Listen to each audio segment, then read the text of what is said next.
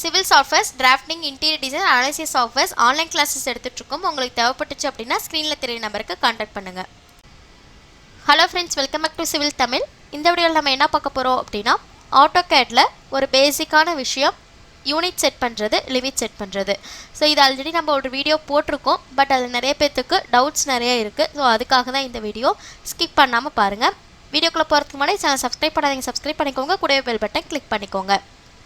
So ஜென்ரலாக பார்த்தீங்க அப்படின்னா, நீங்கள் ஆட்டோகேடில் யூனிட் செட் பண்ணுறதுக்கு பார்த்தீங்க அப்படின்னா அதுக்கான ஷார்ட்கட் கீ யூஎன். ஓகேங்களா?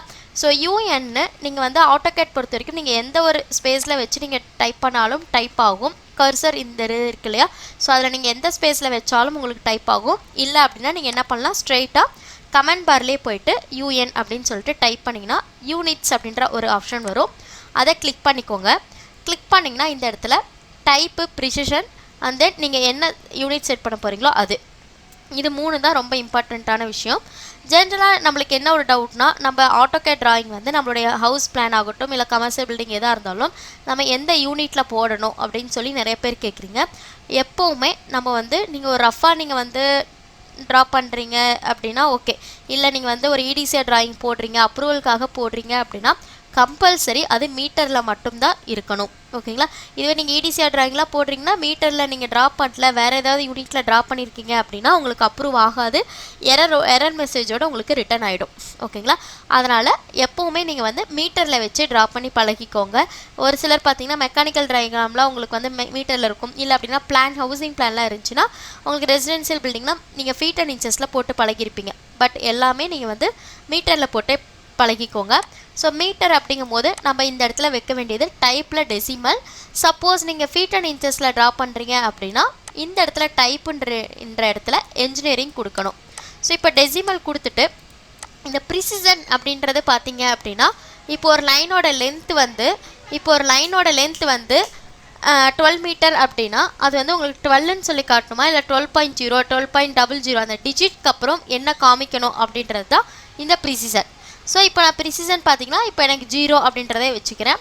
இந்த இடத்துல பார்த்தீங்க அப்படின்னா நீங்கள் டெசிமல் கொடுத்தா மீட்டர், மில்லிமீட்டர், சென்டிமீட்டர் இதெல்லாம் கொடுக்கலாம். அதுவே என்ஜினியரிங்கில் வச்சிங்க அப்படின்னா இந்த இடத்துல நீங்கள் இன்ச்சஸ் தான் கொடுக்கணும். ஸோ டெசிமலில் இருக்கும்போது நம்ம மீட்டர், மில்லிமீட்டர் கொடுத்துக்கலாம். நான் இந்த இடத்துல மீட்டர் கொடுக்குறேன். இப்போ நம்ம செட் பண்ணியிருக்கிறது டெசிமல், மீட்டர். ஸோ இந்த இடத்துல சேஞ்ச் பண்ணிவிட்டு ஓகே கொடுத்துருங்க. ஆட்டோகேட் பொறுத்த வரைக்கும் நீங்கள் யூனிட் செட் பண்ணணும் அப்படின்னா இந்த ஒரு யூனிட்டில் மட்டும் நீங்கள் செட் பண்ணால் பத்தாது. நீங்கள் டைமென்ஷன் எடுக்கும்போது அந்த இடத்துல யூனிட் மாற்றி, அதாவது டைமென்ஷனோட வேல்யூ உங்களுக்கு வந்து மாற்றி வரலாம். அதனால் அதுக்கு என்ன செட்டிங்ஸ் பண்ணணும் அப்படின்னா டி என்டர், அதாவது டின்றது டைமென்ஷன் ஸ்டைல் மேனேஜர்னு சொல்லுவோம். டி என்டர் கொடுத்தீங்க அப்படின்னா அந்த பாக்ஸ் ஓப்பன் ஆகும். ஸோ அந்த பாக்ஸில் நம்ம டிஃபால்ட்டாக இருக்கிறத நம்ம சேஞ்ச் பண்ணுறோம். அதுக்காக நான் என்ன பண்ணுறேன்னா இந்த இடத்துல மாடிஃபை அப்படின்ற ஆப்ஷன் இருக்கும். ஸோ மாடிஃபை கொடுத்துக்கிறேன். மாடிஃபை கொடுத்துட்டு இந்த இடத்துல ப்ரைமரி யூனிட்ஸில் நம்ம அந்த யூனிட்ஸில் என்ன செட் பண்ணமோ அதுதான் இந்த இடத்துல நம்ம கம்பல்சரி கொடுக்கணும். நீங்கள் என்ஜினியரிங் இந்த மாதிரி மாற்றி கொடுத்தீங்கன்னா, நீங்கள் இப்போ ஒரு 10 மீட்டருக்கு லைன் ட்ரா பண்ணியிருக்கீங்கன்னா நீங்கள் யூனிட் எடுக்கும்போது அது வேறு ஒரு டைமென்ஷனாக காட்டும். அதனால் நீங்கள் என்ன பண்ணுங்கள், இந்த இடத்துல டெசிமல், அந்த இடத்துல டெசிமல் கொடுத்தேன், அதனால் இந்த இடத்துலையும் அதே செட் பண்ணிக்கிட்டேன். அடுத்து 0 இந்த இடத்துல ப்ரிசிஷன் கொடுத்துக்கிட்டோம். இதில் வந்து பார்த்தீங்க அப்படின்னா இந்த இமேஜ் வந்து நம்மளுக்கு ப்ரிவ்யூ இமேஜ். ஓகேங்களா? அந்த டைமென்ஷன்லாம் இப்படி தான் ஷோ ஆகும் அப்படின்ற ஒரு ப்ரிவ்யூ இமேஜ், அதை செக் பண்ணிக்கோங்க. ஸோ ஜஸ்ட் அதை வந்து வியூ பண்ணிங்கனாலே உங்களுக்கு இந்த மாதிரி தான் டைமென்ஷன் வருன்ற ஒரு அசம்ஷன் கிடச்சிரும். அதனால் அந்த செக் பண்ணிவிட்டு ஓகே கொடுத்துருங்க.